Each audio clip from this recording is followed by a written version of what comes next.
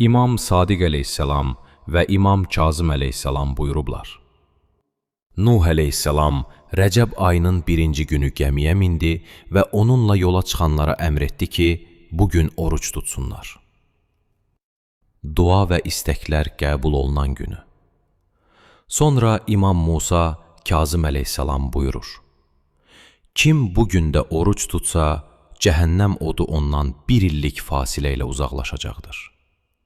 Kim bu ayda 7 gün oruç tutsa, 7 cəhənnəmin qapısı onun üzünə bağlanacaqdır.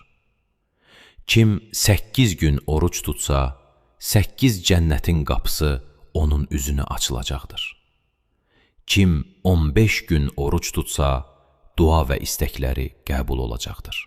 Kim oruç tutduğu günlərin sayını artırsa, Allah Taala da savabın miqdarını artıracaqdır.